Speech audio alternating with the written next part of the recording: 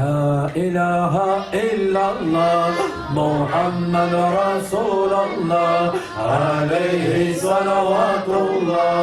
لا إله إلا الله محمد رسول الله عليه صلوات الله. لا إله إلا الله محمد حبيب الله عليه صلوات الله.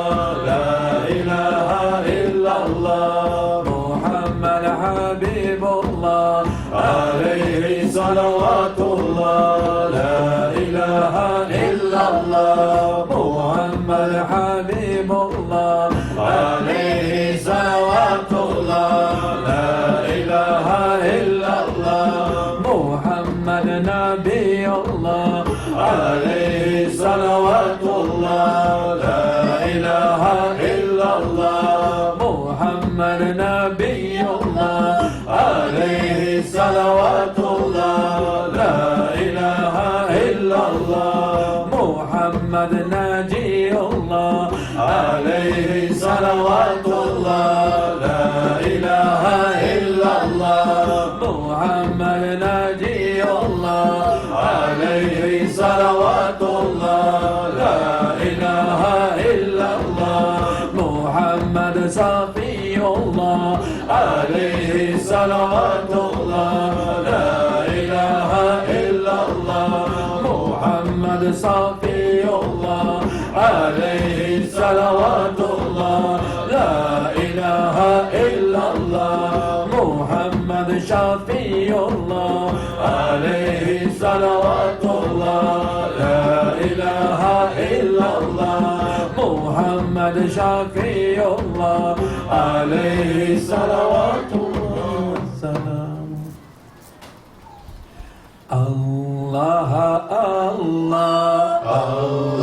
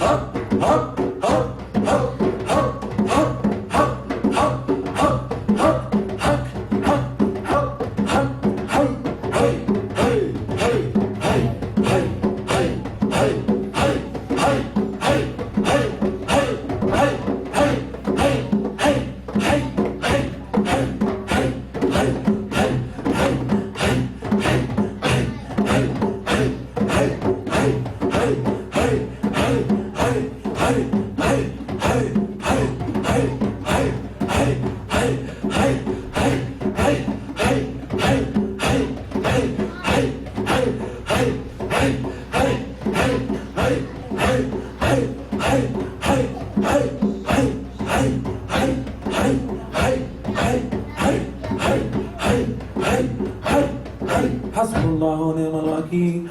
Allahu Allah Haqq, Allahu Allah Haqq, Allahu Allah Haqq, Allahu Allah Haqq, Allahu Allah Haqq, Allahu Allah Haqq, Allahu Allah Haqq, Allahu Allah Haqq, Allahu Allah Haqq, Allahu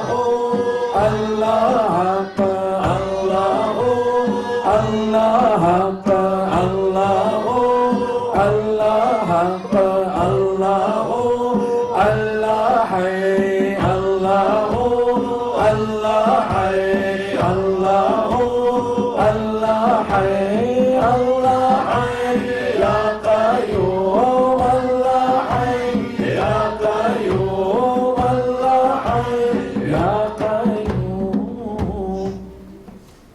Yahu, Yahu, Ya Da'im. Yahu, Yahu, Ya Da'im. Yahu, Yahu, Ya Da'im. Allah, Yahu, Ya Da'im. Allah, Yahu, Ya Da'im. Ya Da'im, Ya Da'im, Ya Da'im, Ya Allah. Ya Halim, Ya Halim, Ya Halim, Ya Allah. Ya Hafiz, Ya Hafiz, Ya Hafiz, Ya Allah. Ya Latif, Ya Latif, Ya Latif, Ya Allah. Ya Mujib, Ya Mujib, Ya Mujib, Ya Allah. Ya Mu'iz, Ya Mu'iz, Ya Mu'iz, Ya Allah. Ya Mu'in, Ya Mu'in, Ya Mu'in, Ya Allah. Ya Ghaffar, Ya Ghaffar, Ya Ghaffar, Ya Allah. Ya Sattar, Ya Sattar, Ya Sattar, Ya Allah. Ya Jabbar, Ya Jabbar, Ya Jabbar, Ya Allah. Ya Fattah, Ya Fattah, Ya Fattah, Ya Allah. Ya Razzaq, Ya Razzaq, Ya Razzaq, Ya Allah. Ya Wadud, Ya Wadud, Ya Wadud, Ya Allah. Ya Rahman, Ya Rahman, Ya Rahman, Ya Allah. Ya Rahim, Ya Rahim, Ya Rahim, Ya Allah. Ya Hannan, Ya Hannan, Ya Hannan, Ya Allah. Ya Mannan, ya Mannan, ya Mannan, ya Allah, ya Dayan, ya Dayan, ya Dayan, ya Allah, ya Subhan, ya Subhan, ya Subhan, ya Allah, ya Sultan, ya Sultan, ya Sultan, ya Allah, ya Aman, ya Aman, ya Aman, ya Allah, ya Allah, ya Allah, ya Allah, ya Allah, Anta Allah, Anta Allah, Anta Allah, ya Allah, Hu Allah, Hu Allah, Hu Allah, ya Allah, Hu Allah, Hu Allah, Hu Allah, ya Allah. Bismillahir Rahmanir Rahim. Bismillahir Rahmanir Rahim. Bismillahir Rahmanir Rahim. Bismillahir Rahmanir Rahim. Bismillahir Rahmanir Rahim. Bismillahir Rahmanir Rahim. Bismillahir Rahmanir Rahim. Bismillahir Rahmanir Rahim. Bismillahir Rahmanir Rahim. Bismillahir Rahmanir Rahim. Bismillahir Rahmanir Rahim. Ya Ahad ya Samad, salli ala Muhammad. Ya Ahad ya Samad, salli ala Muhammad. Ya Ahad ya Samad, salli ala Muhammad. Ya Sayyid ya Sahib ya Siddiq ya Rasul ya Allah. Ya Sayyid ya Sahib ya Siddiq ya Rasul ya Allah. Ya Sayyid ya Sahib ya Siddiq ya Rasul ya Allah. Ya Sayyid ya Sahib ya Siddiq ya Rasul ya Allah. Ya Sayyid ya Sahib ya Siddiq ya Rasul ya Allah. Hasbunallah, Rabbunallah, Hasbunallah, Rabbunallah, Hasbunallah, Rabbunallah, Hasbunallah, Rabbunallah, Hasbunallah, Rabbunallah, Hasbunallah, Rabbunallah, Hasbunallah, Rabbunallah. Sayyidina al-Mahdi, Khalifatullah, Sayyidina al-Mahdi, Khalifatullah, Sayyidina al-Mahdi, Khalifatullah, Azharahullah, Ajabanallah, Azharahullah, Ajabanallah, Ayyadahullah, Ajabanallah, Ayyadahullah, Ajabanallah, Nas'alahullah, Ajabanallah, Nas'alahullah, Ajabanallah, Sannadahullah, Ajabanallah, Sannadahullah, Ajabanallah. Hasbunallah, Rabbunallah, Hasbunallah, Rabbunallah, Hasbunallah, Rabbunallah. Ya Ghaliban ghayra maghlub, Ya Ghaliban ghayra maghlub, Ya Ghaliban ghayra maghlub, Ya Ghaliban ghayra maghlub, Ya Ghaliban غير مغلوب يا شاهدا غير مغيب يا شاهدا غير مغيب يا شاهدا غير مغيب يا قاربا غير بعيد يا قاربا غير بعيد يا قاربا غير بعيد يا غالبا غير مغلوب يا غالبا غير مغلوب يا غالبا غير مغلوب. حسبنا الله.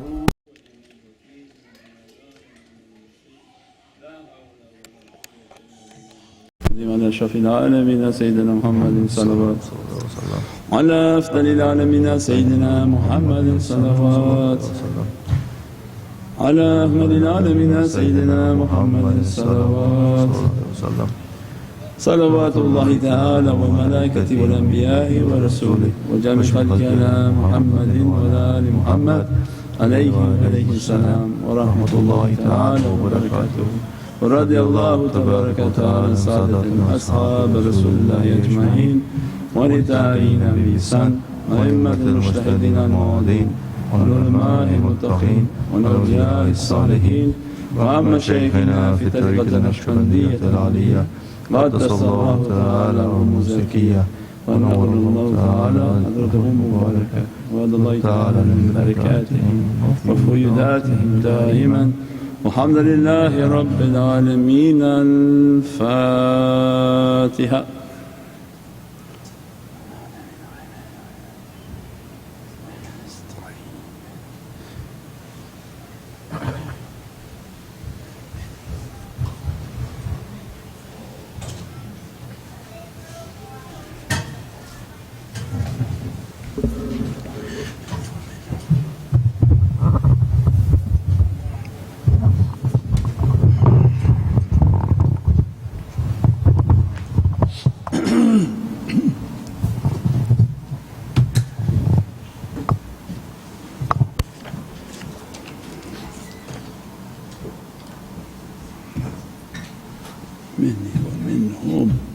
I need that cord for the player. Where's the cord? Put it in. Oops, sorry. Fuck. My own qari. They turn everything else down? Yeah, this one's down. This one's okay.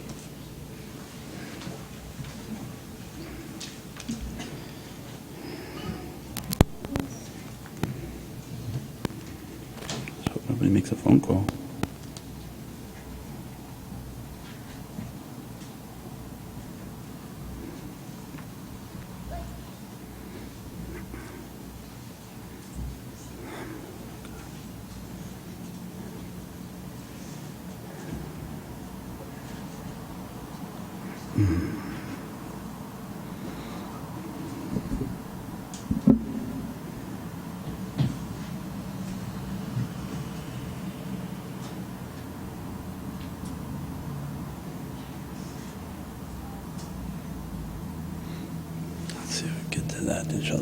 أعوذ بالله من الشيطان الرجيم. بسم الله الرحمن الرحيم. الحمد لله رب العالمين والصلاة والسلام أشرف المرسلين سيدنا ومولانا محمد المصطفى صلى الله عليه وسلم. الحمد لله أنا عبدك العاجز ضعيف ومسكين وظالم وجهل يا رب العالمين. الحمد لله رب العالمين. Allah grant us His oceans of forgiveness, and that I'm the first to recognize that I know nothing, Ya Rabbi, and that we're asking to be dressed from Your oceans of rahmah and mercy, and that not claiming to be anything and enter into the Allah's endless oceans of forgiveness and mercy. Alhamdulillah, reminder always from myself in this holy month of Thani that is opening next month inshaAllah. Next week is holy month of Rajab, with all subhana man huwa khaliq al-nur, from the tajallis that Allah eternally dressing Nurul Muhammadi. And these are the ships that are traversing the oceans of reality, fulukul mashhoon, that are loaded ships, loaded with lights and energies and realities that are traversing the oceans of Prophet of marifah and of the arifin. And Prophet being the sun of all reality and all knowledges, S-U-N, means that najm, that light, that even Prophet's humility. Mawlana Shaykh, we were just watching again, they posted a beautiful video from Sultan al-Awliya reminding the Prophet's infinite humility, to say that my companions, any of them that you follow, they are like stars on a dark night, najm. If Prophet saying the companions are stars, imagine what Prophet is. For us to understand that he is the sun of the entire universe, the source in which Allah sending these lights, sending these blessings, sending every reality through the light and from the soul of Sayyidina Muhammad. And there are ships that are traversing those oceans of reality. And before this month finishes, we wanted to finalize the understanding from Surah Al-Qamar, that moving into that ocean. And this section that we'll be talking about of Surah Al-Qamar is the 54th surah and verse 10 and 11, inshaAllah. I have my imam right here. Sadaqallahu al-Azim wa baraka Rasul Kareem, that on that 10th ayah Allah says, and then they called unto their Lord that I am overcome, and when will your help to reach me? This was in reference to Sayyidina Nuh under extreme testing and difficulty, and praying to Allah that I'm overcome. The testing is severe, the difficulties are severe, the amount of negativity is attacking. And this is an understanding for the body and for the soul. And Allah's reply was, and so we opened the gates of the heaven, and with water pouring forth means that from everything there is a mani, an understanding and a reality. And Allah's oceans of infinite and timelessness, that what Allah wants us to know, what Prophet wants us to know from Atiyullah, Atiya Rasul, Ulul Amri Minkum, that Sayyidina Nuh teaching that there's a timeless reality, that I'm given a ship to make and it has a purpose that Allah wants it to serve, and I'm under attack. They're not letting, this dunya won't let you to build your ship. This dunya won't let you to build your reality and just sit by. Shaitan's job is to make sure your ship doesn't float, that you don't reach the reality, that you don't reach what Allah wants you to reach. And Allah described that we answered His call. And we opened the bab, the gates of the heavens, and we poured water upon him. And the oceans were flying from the sky upon that reality. There must be a timeless reality. There must be a reality that's relevant to us now, and awliyaullah come and inspire within our heart that as this ship is traversing, we said this is al-Bab al-Tawbah. And there's a bab in Madinah al-Munawwarah through Sayyidina Abu Bakr as-Siddiq, it's called Bab al-Tawbah. This is from the Naqshbandi realities of the Arifin to approach Prophet. This Bab al-Tawbah is the 9th surah that come through Surah al-Tawbah, make a repentance that, Ya Rabbi, I'm coming to sacrifice my body, bring out the reality of my soul, that all my badness to go is going to be then a cleaning process.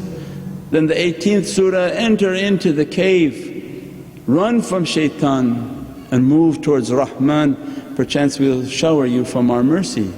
Allah's rahmah, Sayyidina Muhammad.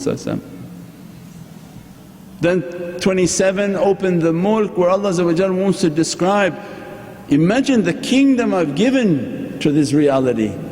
If you think Sayyidina Sulaiman could talk to everything, the birds, the ants, the trees, the wind, he had command over everything, the jinn, the ifrit, the shayateen and the malaika. What do you think Allah gave to Sayyidina Muhammad because of Prophet's humility, that my companions are like stars?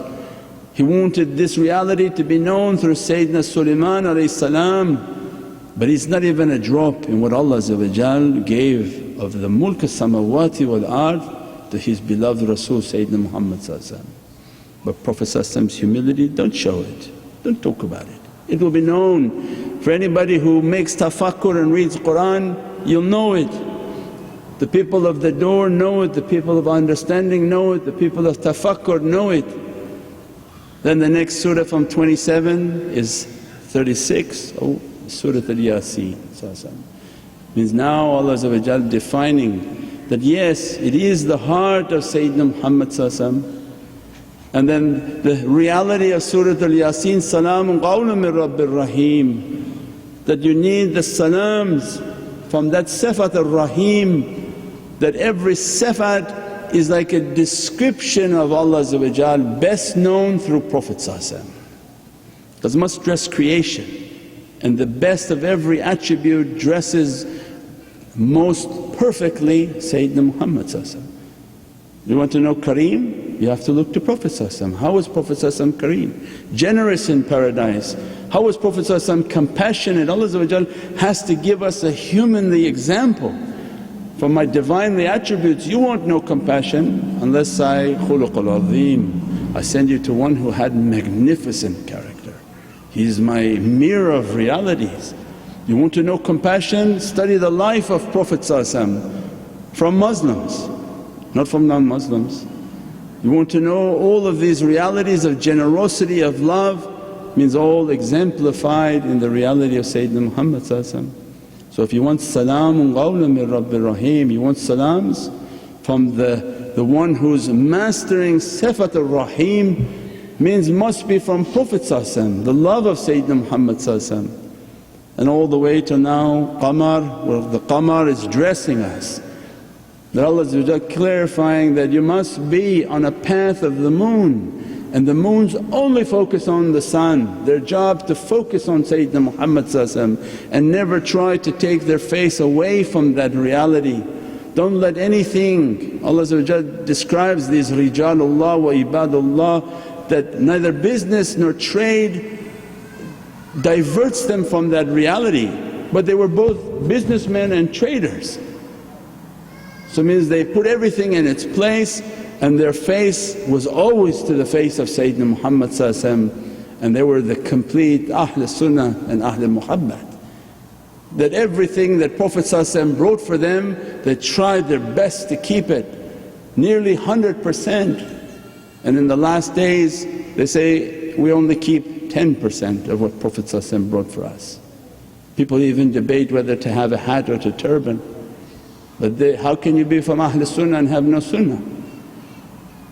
Means everything has a reality and a secret within it.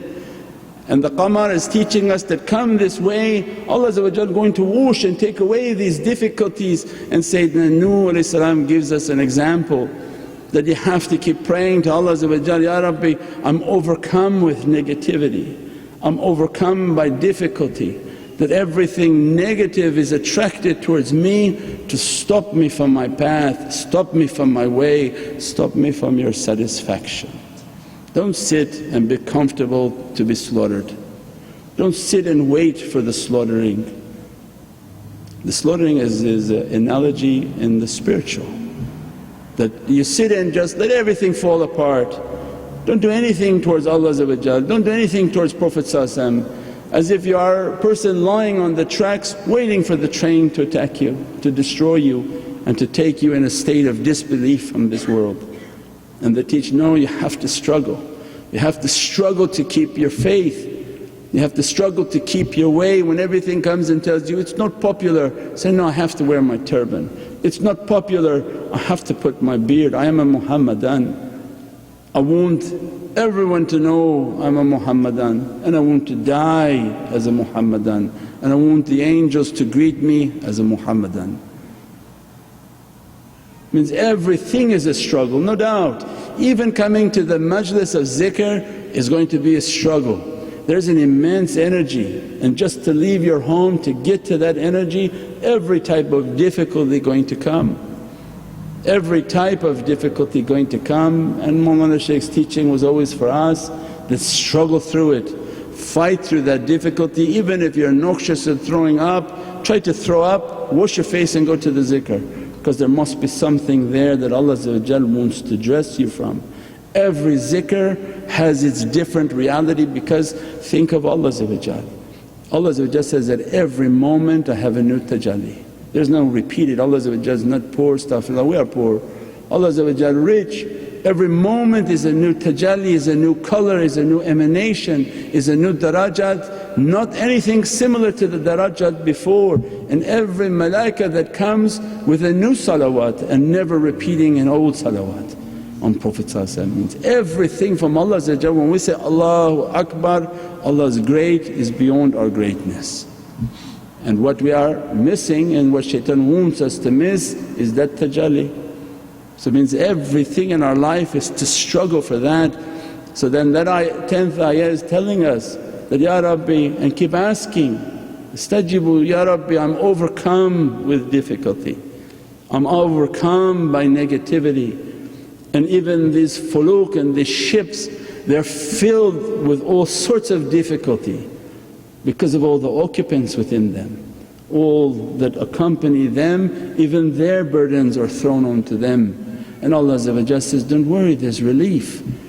I'm going to open in this holy month the skies, my sama. I'm going to open my sama and pour upon you an ocean of rains. Allahumma sukhi rahmatan wa taj'alna min al-qaniteen. Ya Rabbi, dress us and rain upon us from your rahmah, from your mercy and from your barakah, from your blessings.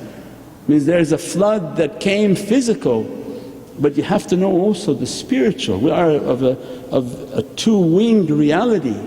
There are people even teaching on the internet eschatology, akhir zaman. If you don't put akhir zaman with its spiritual context, you're incorrect in your understanding. Because Allah has no time. When you're looking for an event, shaqqa wal qamar, where Allah says the clock appeared and the moon split. That wasn't only in the time of Prophet but there must be a spiritual understanding. Then Allah says, when time becomes so significant and the moon being the people of guidance are all split. Now all the people of guidance are split. They had a Sunni conference to come against Wahhabis. They sat on the stage and attacked each other. Very good, bravo, that's all that we need. That's all that makes shaitan happy. So this is that time where all you see are clocks, because people are preoccupied with their time as if the time means something to them. This is an imitated, created existence. That time means nothing. Even you have to make tawaf now and look at Big Ben. You're supposed to be in a state in which there is no time, you're with Allah. But they want to put a clock. Everywhere we go for salah, they put the clock in the front. As you're praying, you're looking, okay, I got about 2 minutes, Allahu Akbar, alhamdulillah, okay, bye, gotta go. That is the time that Allah talking about. So it means every reality has its physical, its spiritual understanding, then we become balanced. That what Allah wants us from the spiritual and the physical. When we talk about Sayyidina Nuh He's talking, okay, I have a ship, you have a ship, is your soul. Your soul knows how to go back to Allah, how to go back to the presence and the love of Sayyidina Muhammad. Shaitan going to block it, send fire upon it, send difficulty upon it and stop everything related to the soul until our life becomes just based on physicality. And this is their warning for us, is that reach to your realities, understand that there is a struggle against your physicality, build your soul, do the practices necessary and keep praying to Allah that He dress us from these lights. Ya Rabbi, in this holy month wash us from these rains, these rahmah, prepare us for what month is coming next is the holy month of Rajab. The holy month in which awliya makes seclusion and they take the practices of isolating themselves, because there are going to be lights being dressed. These are in which you plant the seeds of realities and you take its fruits in Ramadan. That the holy month of Rajab comes and Allah giving that Rajab is from me means I'm going to give you gifts that has nothing to do with the angels to know and none of the prophets to know. I'm giving these directly to you. Sit in this month and fast, because it's the highest way to receive Allah's gifts. Make a diet that excludes meat, and there's a lentil diet in which brings a softness to the heart and shows the importance in our life of food. Right now we live to eat. We are excited about what's going to be for lunch, and our whole day is based on getting that lunch, our whole day based on getting our dinner, and if the dinner doesn't come the way we like it, the whole day is ruined. We are a creature now that lives to eat, not eat to live. Awliyaullah and pious people, they would eat to live. They take their little bowl, they eat what they need and they survive for their worshipness. Anytime in Rajab we take a diet of lentils for 40 days, at about 15 days you realize the importance of food and you're going crazy. How to eat the same thing all the time and come against all the body desires that I want this, I want that, I want all these different flavors, and you have to abstain and say, no. Those are, again, these are the disciplines to put upon the body for those who want to experience that reality. All of that Sayyidina Nuh is teaching for us, that as all these difficulties are coming and this fire is being put upon you to lose your faith, don't lose your faith and keep asking for Allah to dress you and bless you in this holy month, to wash you with these oceans and these rivers to be put upon you to prepare you for the holy month of Rajab, and enter into the realities of Rajab. And its ending of the surah is about a king, an omnipotent, take you to the presence of the omnipotent king.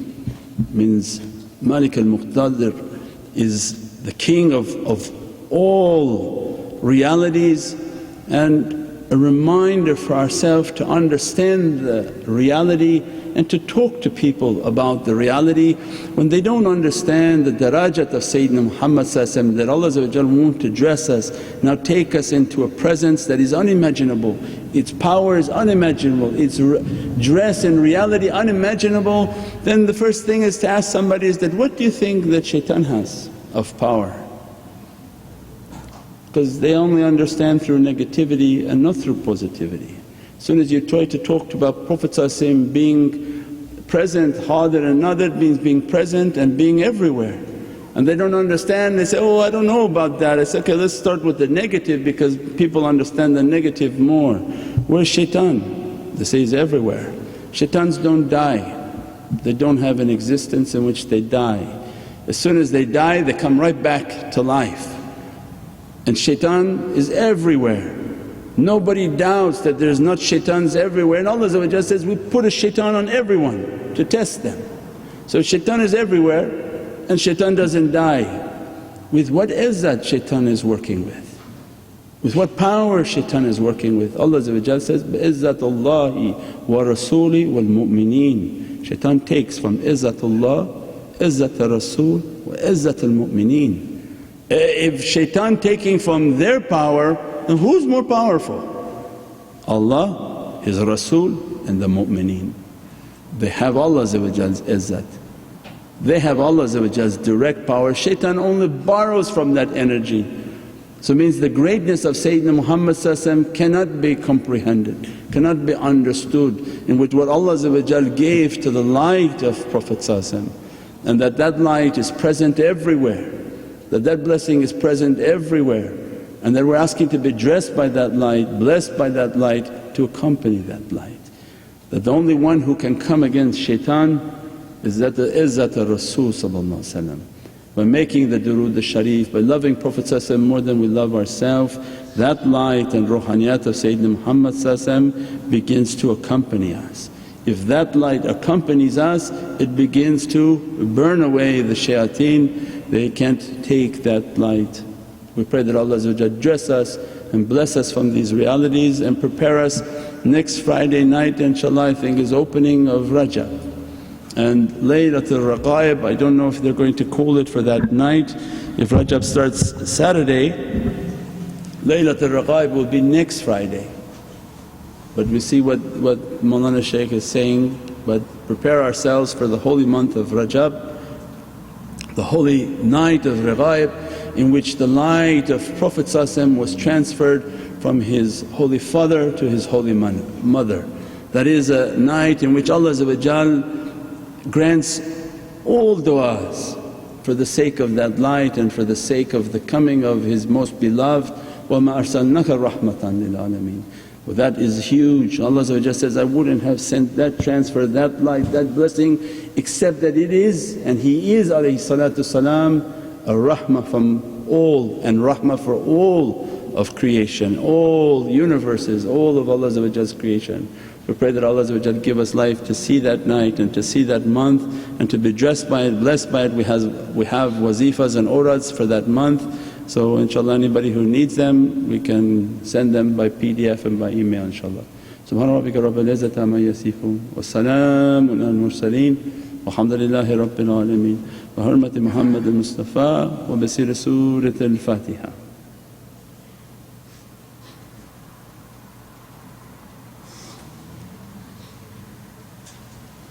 InshaAllah, pre Salat al-Isha inshaAllah.